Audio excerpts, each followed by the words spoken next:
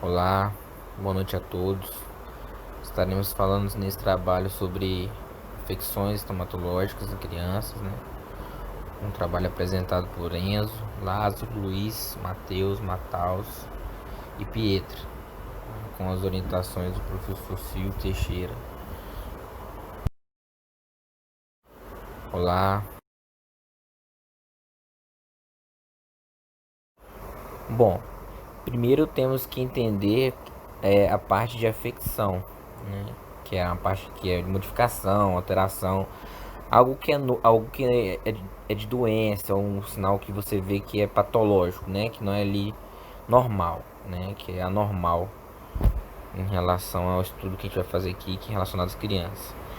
E estomatologia, né? A parte estomatológica, que é a palavra que deriva do grego estoma, né? Então, essa parte que é o significado, que é o estudo da boca, né? Um geral, em que a gente vai estar vendo algumas dessas, né? Afecções estomatológicas que mais acometem as crianças, né? No estudo da odontopediatria, que é o caso que a gente está relatando nesses slides que vem a seguir. Em compreensão a esses termos, né, mencionados, a parte da estomatologia pediátrica é aquilo que você vai então ter de alteração bucal que você vai encontrar na infância, né, nas crianças. E aí com esse estudo a gente vai entender melhor como a gente vai prevenir, como a gente vai saber como está um estágio de desenvolvimento, né? Porque isso tudo envolve a arcada dentária de uma criança, né? A parte do processo de desenvolvimento, tanto a aparição dos decíduos como na permanente, que a gente sabe que se afeta, né, os dentes decíduos podem acometer o germe dental e sim influenciar na vinda dos permanentes. Então, o clínico geral ele deve estar atento para conhecer quando é que vai estar um aspecto normal e quando vai ter algo anormal, né? Para a gente ter esse diferencial patológico. Então, a gente tem que saber o que é sadio, o que é uma doença. É uma parte geral que nós devemos saber, né? A gente ver e reconhecer uma patologia. Aqui nesse slide nós vemos, né, alguns exemplos de patologias que serão abordadas nesse slide. Alguns temas mais pertinentes, né? Verificando alguns dados, a gente percebeu uma prevalência maior. Então a gente colocou aqui para poder estar citando e elucidando algumas situações de tratamento, prevenção, né, e até alguns estágios dessas patologias. As alterações de língua e lábio muitas vezes são distúrbios benignos de tamanho, forma e estrutura, tendo em sua maioria de etiologia desconhecida. Temos aqui alguns exemplos de alterações da língua em odontopediatria. Hoje iremos abordar sobre a anquiloglossia, a língua geográfica e a rânula. A anquiloglossia é o encurtamento do freio lingual que se dá à inserção próxima à sua ponta. Tem um aspecto fibroso e muscular. Ela é observada em 4,4% dos recém-nascidos e sua incidência é 4 vezes maior em meninos. Ela possui uma relação com problemas de amamentação.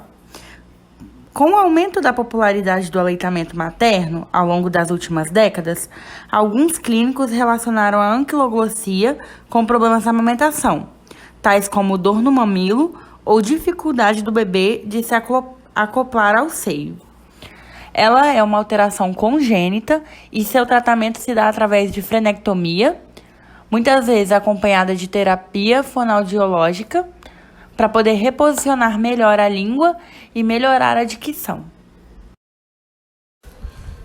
Bom dia, eu vou falar sobre língua geográfica.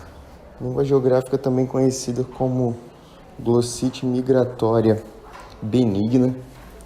É uma doença muito simples de ser tratada, porém é uma doença que aterroriza muitos pais, porque eles notam uma diferença na língua da criança e já ficam assustados. O que seria essa língua geográfica? Língua geográfica é uma inflamação na língua que forma manchas e até mesmo em casos mais graves bolhas com formato de mapa. Por isso o nome associado à língua geográfica, como se fosse um mapa. Essas manchas, na maioria das vezes, são avermelhadas. Porém, em alguns casos mais críticos, nós temos também leucoplasias, que são as manchas brancas. A principal causa da língua geográfica é a falta de vitamina B, que geralmente é difícil de ser ingerida na alimentação infantil. E é muito simples de ser tratada.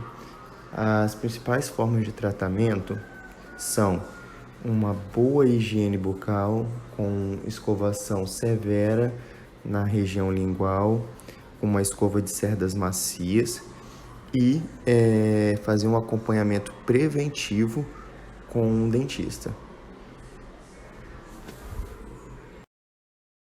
Nesse slide eu vou falar sobre rânula. Rânula é uma mucocele que acomete as crianças na região sublingual. Ela acontece devido à ruptura parcial ou total do ducto da glândula sublingual. Essa ruptura é devido a um trauma na região ou até mesmo más formações. E essa rânula causa alguns problemas de comunicação e fala da criança, porque como ela cresce de volume na região sublingual, ela acaba dificultando a fala das crianças. E as crianças necessitam ter um aprendizado. Já nas alterações do lábio, nós temos o freio tetolabial persistente e as fendas labiopalatinas. Abaixo vocês podem ver 2 exemplos dessas doenças. Dentre os cistos, nós temos como exemplo os cistos epiteliais, onde podemos destacar os nódulos de Bohm, as pérolas de Epstein e cisto de lâmina dentária, os cistos ou hematomas de erupção e a mucocele, que é um pseudocisto. A mucocele é uma lesão cística benigna, ou seja, é uma lesão que não traz malefícios para o organismo. Dentre as características da mucocele, podemos citar o fato de ser uma lesão flutuante, de consistência mole, cor azulada e translúcida. Além disso, a mucocele é assintomática e possui uma vesícula circunscrita. Ela também é mais comum em crianças e adultos jovens, e o seu tratamento pode ser feito através da excisão cirúrgica da lesão, da marsupialização ou da criocirurgia. Dentre os tumores, podemos destacar o linfangioma, o odontoma, papilomas, ameloblastomas, epúlite congênita do recém-nascido, o tumor odontogênito ceratocístico e o carcinoma mucoepidermoide.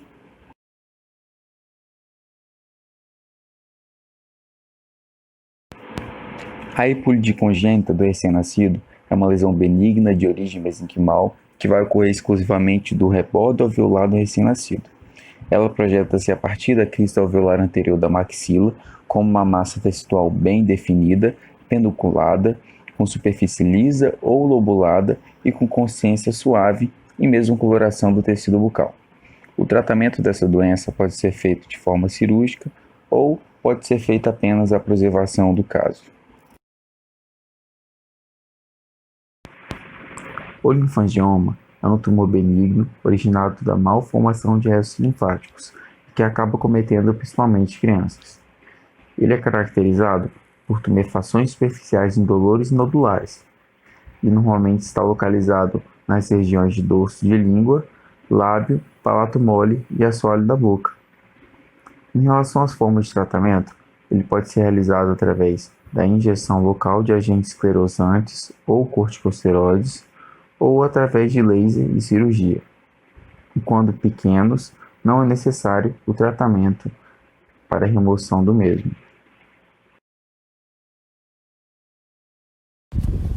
Abaixo nós temos 2 exemplos das lesões ulcerativas, que é a úlcera traumática recorrente e a estomatite aftosa recorrente.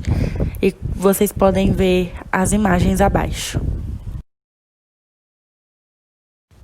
Agora vamos falar sobre alguns exemplos de doenças sistêmicas com manifestações bucais mais prevalentes na infância.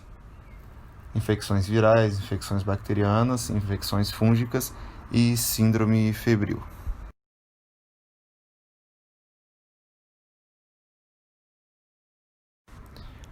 A escarlatina ela é uma doença infecto-contagiosa aguda, provocada pela bactéria Streptococcus beta-hemolítico do grupo A, que acomete especialmente as crianças em idade escolar de 2 a 10 anos, após um episódio de faringite ou amidalite streptocócica. Essa bactéria é a mesma que causa artrite, pneumonia, endocardite e algumas infecções cutâneas, como o impetigo e a erisipela. A transmissão ela ocorre pelo contato direto com a saliva ou secreção nasal de pessoas doentes, ou aqueles que são portadores da bactéria, mas não apresentam sinais da enfermidade. Esse contato pode ser tanto por gotículas expelidas em tosse ou espirros, como por beijo, objetos compartilhados, ou mãos que tocaram partículas contaminadas e foram levadas ao nariz ou boca. Suas manifestações clínicas são febre alta repentina, calafrios, dor de garganta, vômitos, mialgias, debilidade geral, exantema maculopapular pequeno e difuso que desaparece sob pressão. As suas manifestações bucais são pápulas eritematosas, máculas avermelhadas no palato duro, mole e na úvula, língua com aspecto de framboesa esbranquiçado com amígdalas aumentadas. E o seu tratamento ele é a base de antibiótico terapia associado a analgésico e antitérmico, além de colutórios e complexo B. O impetigo é uma infecção cutânea altamente contagiosa, causada por 2 diferentes germes, o Staphylococcus aureus e pelo Staphylococcus pyogenes, que habitam normalmente a nossa pele, boca e trato respiratório superior. Embora ele possa acometer pessoas de qualquer idade, o impetigo ele é mais comum em crianças, entre 2 a 6 anos, especialmente nos meses mais quentes e úmidos do ano, e em ambientes com condições de higiene precárias. O seu contágio ele pode ocorrer através do contato direto com feridas e com gotículas de secreção nasal das pessoas infectadas, ou ainda por objetos contaminados, geralmente roupas, de cama, de banho e brinquedos. Seu tratamento ele é feito com antibióticos por 7 dias e antissépticos tópicos e sistêmicos. Bom, nesse momento a gente vai estar podendo falar um pouco sobre as infecções virais, que são elas o sarampo, a herpes simples, catapora, doença de mão, pé e boca e também a gengivoestomatite herpética. E falando um pouco sobre o sarampo, o que seria o sarampo? O sarampo é uma doença infecciosa aguda e viral, que ela é provocada pelo morbilivírus, que acomete uma elevada transmissibilidade e que pode acometer pessoas de qualquer idade. O sarampo é altamente contagioso, que cursa com febre, tosse, coriza, conjuntivite e manchas avermelhadas na pele.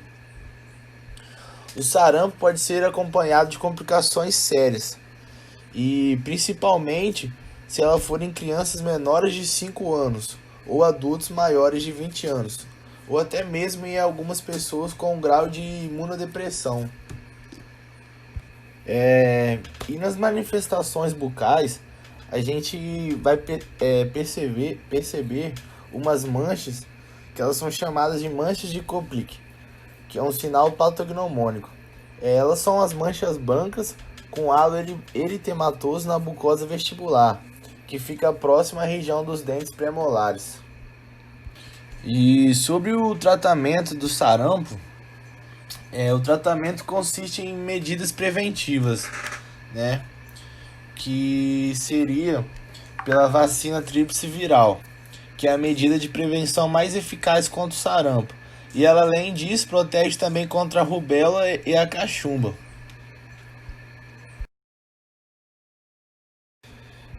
E falando um pouco sobre a ligação do sarampo com a odontologia, a ligação com nós cirurgiões dentistas, é que o cirurgião pode atuar de forma crucial no processo de diagnóstico desse quadro viral.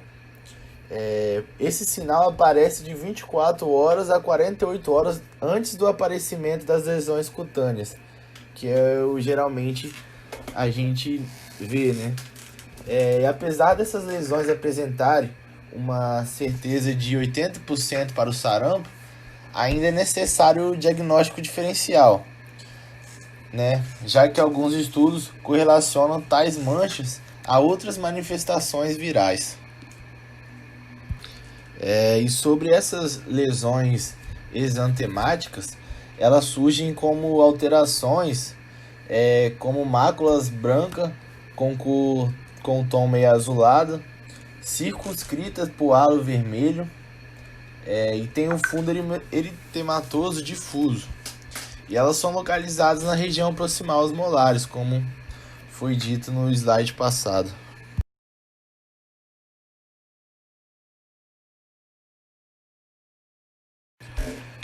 E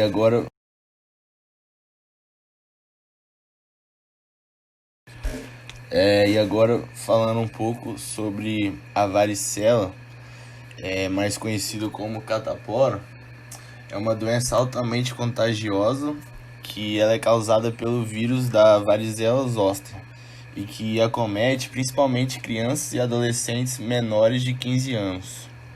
E como se pega a catapora? A catapora é transmitida por meio de contato direto com pessoas por meio das secreções respiratórias, que seria tosse, espirro, ou por meio de contato com lesões também. E todo mundo está sujeito a pegar a catapora, sejam adultos ou crianças que não tiveram a doença ou não foram vacinados ainda. E sobre os sinais e sintomas mais frequentes, o principal sinal da catapora é a presença de lesões tipo bexiguinha ou pequenas bolinhas, que coçam muito e espalham por todo o corpo. Na maioria das crianças aparecem em torno de 250 a 500 lesões, que formam crostas. Além disso, pode ter a presença de febre, mal-estar, perda de apetite, e aos primeiros sintomas, o correto é procurar uma unidade de saúde. E correlacionando o vírus zoster com a nossa área de atuação odontológica, é que as manifestações bucais são comuns e podem surgir antes das lesões na pele, como foi falado na relação ao sarampo. E os sinais apresentam com a borda do vermelhão do lábio, o palato e a mucosa jugal são áreas predispostas também ao aparecimento dessas vesículas que são branco opacas. Ocasionalmente elas são indolores. É importante falar também sobre a reativação do vírus, que pode ser ocasionado pelo vírus da herpes zoster, o conhecido cobreiro, sendo frequentemente apresentado em adultos. O zoster se manifesta como erupção cutânea ou na mucosa, de forma bem dolorosa e vesicular. As lesões na cavidade oral associadas ao herpes zoster têm envolvimento da região maxilar e também mandibular, do quinto par craniano. Os danos estendem-se até a linha média e ocorrem juntamente com as lesões da pele do lado afetado. Apresentam-se também como vesículas, bolhas branco-opacas com 1 a 4 milímetros e são capazes de formar úlceras de pequena profundidade. E o seu tratamento é feito de forma sintomática, com o uso de um anti-histamínico, conhecido como aciclovir, por via oral de 20 miligramas, 4 vezes ao dia durante 5 dias.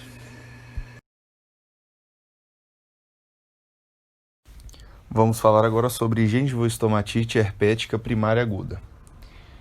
Então, a gengivoestomatite herpética primária aguda é o padrão mais comum de infecção primária sintomática pelo vírus da herpes simples, e mais de 90% dos casos são resultados de infecção pelo vírus da herpes simples tipo 1, que são acometidos via oral, são de característica oral. A maioria dos casos de gengivoestomatite herpética aguda ocorre entre os 6 meses e 5 anos de idade, com pico de prevalência entre 2 a 3 anos de idade. O desenvolvimento antes dos 6 meses de idade é raro, por causa da proteção pelos anticorpos anti-HSV maternos. O início é abrupto e frequentemente acompanhado por linfadenopatia cervical anterior, calafrios, febres de 39 a 40 graus, náusea, anorexia, irritabilidade e lesões orais dolorosas. Na mucosa afetada, desenvolvem-se diversas vesículas puntiformes, que rapidamente se rompem e formam inúmeras lesões pequenas e avermelhadas. Essas lesões iniciais aumentam um pouco de tamanho e desenvolvem áreas centrais de ulceração, recobertas por uma fibrina amarela. As ulcerações adjacentes podem coalescer e formar ulcerações maiores, rasas e irregulares. Tanto a mucosa móvel quanto a aderida podem ser afetadas, e o número de lesões é altamente variável. Em todos os casos, a gengiva apresenta-se aumentada, dolorosa e extremamente eritematosa. Além disso, a gengiva afetada frequentemente exibe erosões características com aspecto de tecido arrancado ao longo da gengiva marginal livre. Não é incomum o envolvimento da mucosa labial ultrapassar a linha úmida e incluir a borda adjacente do vermelhão dos lábios. Vesículas satélites na pele peroral são bastante comuns também.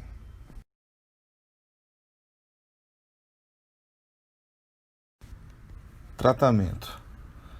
Quanto à relação ao tratamento, geralmente passa pela remoção da placa bacteriana para não infectar as úlceras e pelo alívio da sintomatologia com analgésicos e antitérmicos.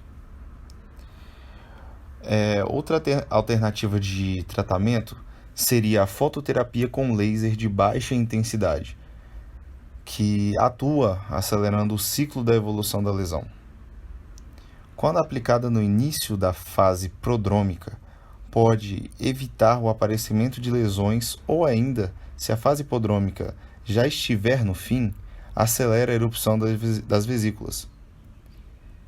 Em suma, apesar de ter uma regressão espontânea, a gengivite estomatite herpética aguda é contagiosa e ela pode ser tratada com antivíricos, que são a ciclovir e o Vectavir, medicamentos com especificidade contra o vírus da herpes simples. Porém, para o alívio da sintomatologia e gestão da dor, é importante a introdução de uma dieta pastosa, fria, hiperproteica e hipercalórica, bem como uma abundante ingestão de água para prevenir a desidratação.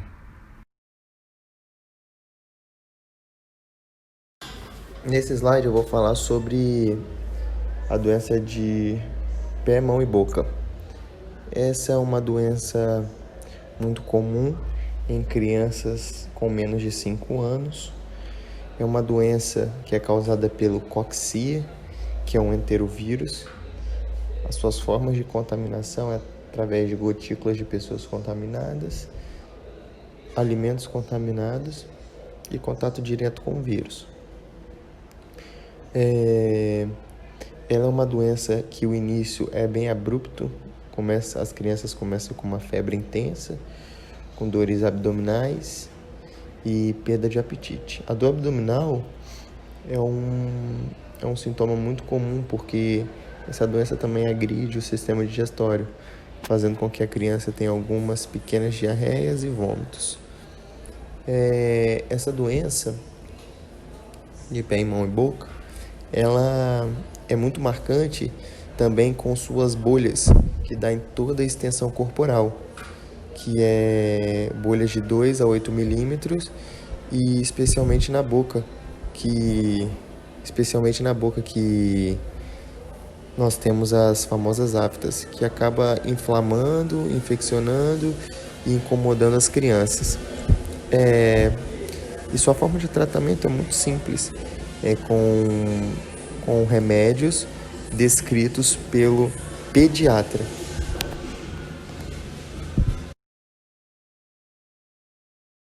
Vamos falar agora sobre as infecções fúngicas.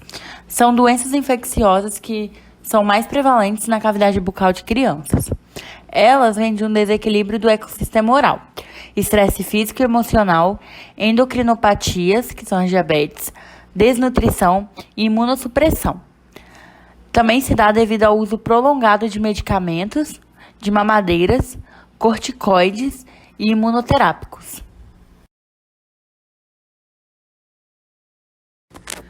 A candidíase é conhecida popularmente como sapinho. A candidíase oral é uma infecção fúngica comum na cavidade bucal de crianças, principalmente no seu primeiro ano de vida. Ela é causada pelo fungo Candida albicans, integrante da microbiota oral de todos nós. Porém, em situações de desequilíbrio hormonal, imunológico ou diante do uso frequente de antibióticos e corticosteroides, a microbiota normal se altera e uma infecção pode surgir. Os recém-nascidos e as crianças são particularmente mais suscetíveis à doença em decorrência do sistema imunológico ainda pouco desenvolvido e por terem o hábito de levar à boca objetos possivelmente contaminados. O sapinho, quando presente na cavidade bucal, se manifesta através de placas brancas, com aspecto semelhante a leite coalhado, que podem acometer a língua, amígdalas, palato, o céu da boca, parte interna das bochechas e gengiva. Essas placas são facilmente removidas, porém, quando elas são removidas, elas deixam a região avermelhada. Os sintomas variam desde irritação, com a intensidade leve a moderada, inapetência, que é a redução da alimentação, e fissuras mamárias, em mães que estão amamentando bebês com candidíase. O diagnóstico é feito após consulta clínica com um odontopediatra ou um pediatra, e o seu tratamento é medicamentoso, com antifúngicos, e inclui também orientações sobre higiene, a fim de dificultar uma reinfecção. Agora nós vamos falar sobre a síndrome febril. Essa síndrome ela tem duração de alguns dias e é intercalada por períodos assintomáticos, ou seja, a pessoa não tem nenhum sintoma. As crianças têm parâmetros de crescimento normais e não apresentam nenhuma sequela a longo prazo. Suas manifestações clínicas são um período febril de 3 a 6 dias, com calafrios e suores, dor de cabeça, muscular e óssea, ausência de infecção respiratória, estomatite aftosa e faringite. Algumas das suas manifestações bucais são úlceras arredondadas, pequenas e rasas, com bordas eritematosas, lesões na língua semelhantes à úlcera aftosa menor e amidalite. O seu tratamento é antihistamínico e antibiótico.